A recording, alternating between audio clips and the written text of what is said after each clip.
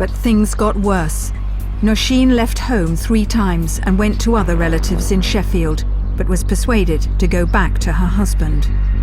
Then one day she rang her parents in Pakistan with a chilling warning.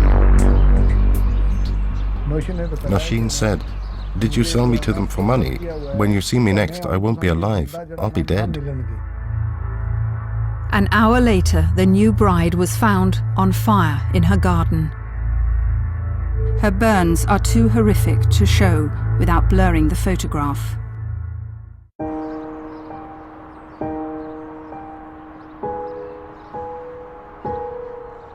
Mr. Azam came to England. Every day he visits Nosheen in a nursing home. She suffered a massive brain hemorrhage and has never been able to reveal what really happened. She's lifeless, like a living corpse. She can't talk, can't walk, she can't eat. She's the living dead. The most painful thing for us is that our daughter, who is so young, has been wasted.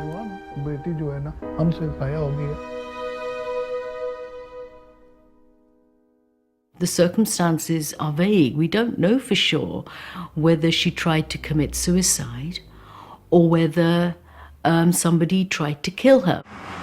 Sheffield police have told Mr. Azam and the women's group helping him there's no evidence anyone else was involved, so they can't take the case any further. The police believe Nosheen set herself alight. It was a cry for help, but her father wants an inquiry. मुझे तो इंसाफ चाहिए किसी दरवाजे से मिल जाए क्योंकि मेरी बेटी ज़ाया हो रही है इसलिए मुझे इंसाफ चाहिए. It's unclear what happened to Nosheen, but campaigners say there are cases where women unable to escape have resorted to suicide. They want to see those responsible held to account.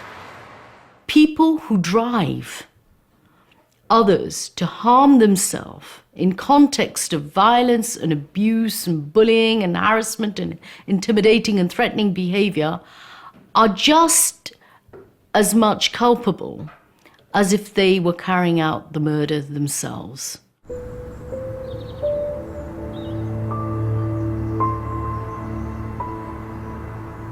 There's little sign that the desire to preserve the honour of the family at all costs is changing, even with the younger generation. Here in Rotherham, one love story across the racial divide has had a tragic ending. Laura Wilson was only 17, a strong-willed girl whose behaviour would trigger her murder. Feisty. She had got a mouth on her. If she got something to say, she'd say it. Laura lived in Ferrum Park, a mixed white and Asian community. She was only a teenager, but she'd already had a baby by an Asian man, Ishaq Hussain, known as Zach. He'd refused to recognise the child.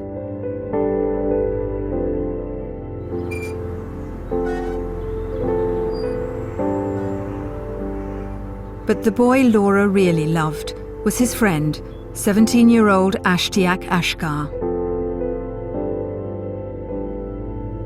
Ashtiaq were her first love. She absolutely did adored him, and she were always on phone to him and he were on phone to her. Already stung by Zach's rejection of their child, when Ashtiaq jilted Laura, she wasn't going to just accept it.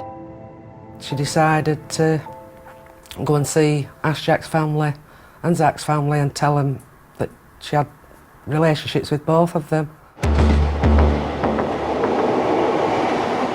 This is the area of Ferrum with the terraced houses. Ashtiaq's houses is one of those on the main road.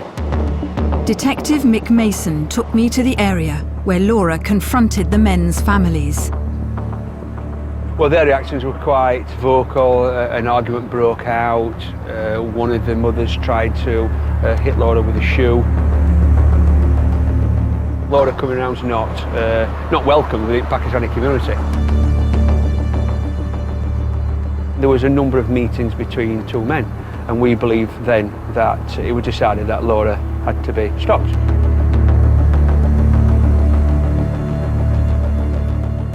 3 days after confronting the families, Laura met Ashtiak down by the canal.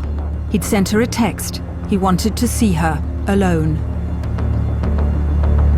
And this is the way that Laura had come from down by the railings down there. It was dark by the time Laura met Ashtiak down by the canal. Then she got a phone call from her mother. I asked her where she were, and I said, it's about time you got home. She says, oh, it'll not be long, and that was it.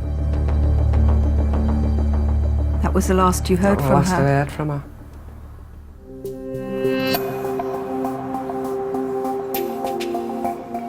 Within minutes, the police believe, Ashtiak began a frenzied knife attack on Laura before throwing her into the canal. I've seen many, many murders, but this one was the worst I've seen. The pathologist in court actually said that Laura had a number of stab wounds to the crown of the head.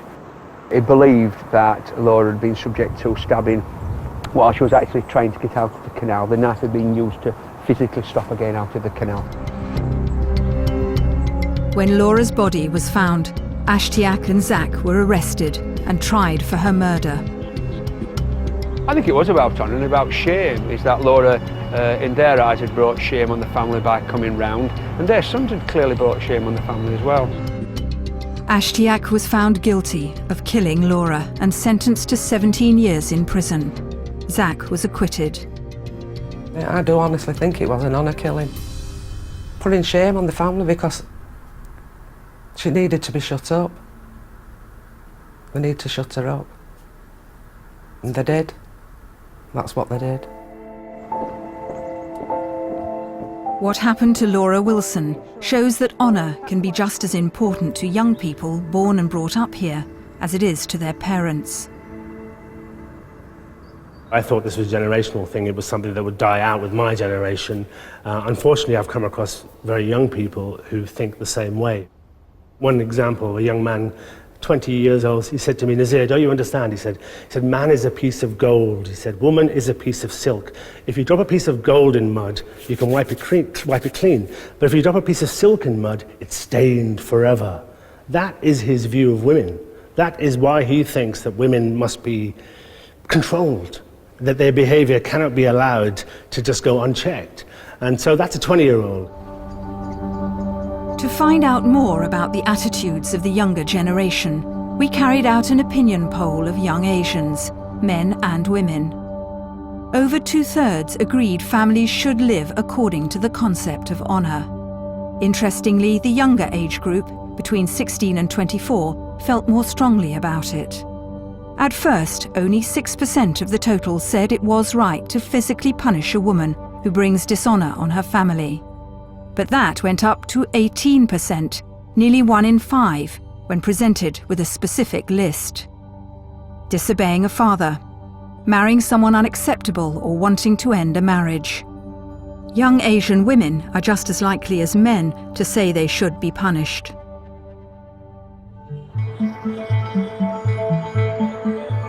The key to changing attitudes to honour lies in education. Boys need to be taught what's unacceptable, girls to know they don't have to suffer in silence. The campaigner Jasvinder Sangera approached 100 schools before finding this one, prepared to let her in to talk about this sensitive issue. Why don't schools want you to go and talk to them? It's the same old thing. We don't want to offend communities. We don't want to touch on and tread on cultural toes. You know, these excuses because they've been trained to be culturally sensitive. 1/3 of children here are from ethnic minorities. Jasvinder tells them her own story. I came home from school, I was 14. My mother sat me down and she presented this photograph to me.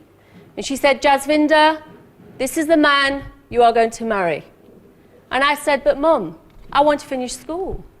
She said, no, where you're going, you don't need an education, you're going to get married.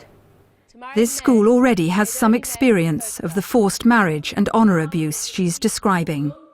We have seen issues where children have had to be supported into refuges, escaping difficult situations at home. Children have not returned from holidays abroad, situations where We've supported children on their route to education because it has been an alternative to perhaps pressure to be married.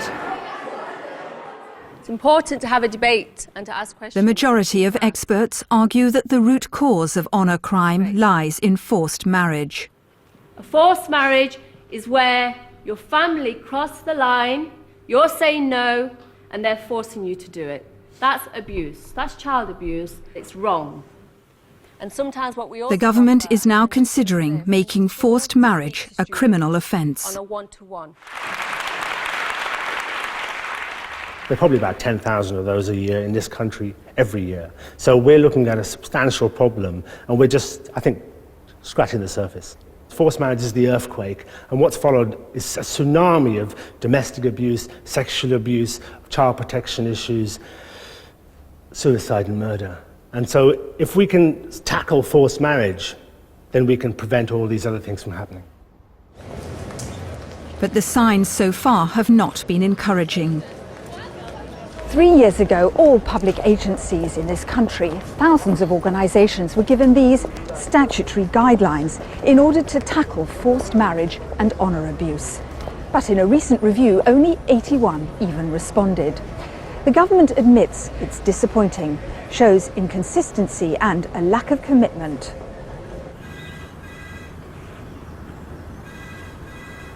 Considering that she is a minor and she's 15, it's really important that they become involved in order to keep her safe. The Honour Helpline receives dozens of calls a week about young girls at risk. The parents have found a text message in her phone and they believe the text message to have been from a boy. They'd actually beaten her and kept her off school. And there's talk of her going to Pakistan in the half-term holidays. And what might happen to her in Pakistan? She's concerned that when she goes to Pakistan she'll be married.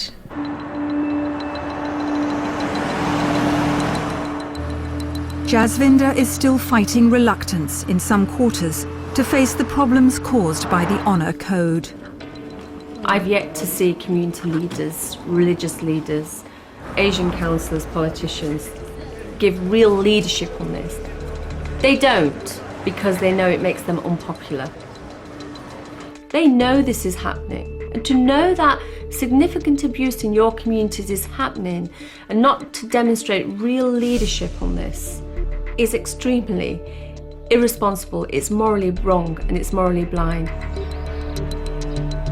Those who are trying to tackle it say all honour crimes must be confronted. It needs to be said that the vast majority that we see involve the Muslim community, of which I'm a member. My view is that there's no place for multicultural sensitivity in this situation. This is something that we cannot tolerate. The moment that I stop looking at a community because somebody tells me it's too sensitive is the moment I pack up my file and walk out the door.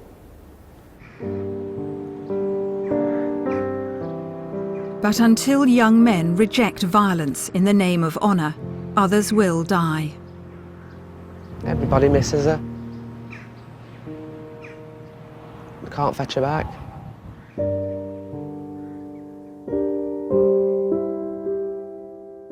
And until more families speak out against the dangers of honour, women will continue to suffer in silence. My daughter may have been burnt, but I don't want this to happen to anyone else's daughter.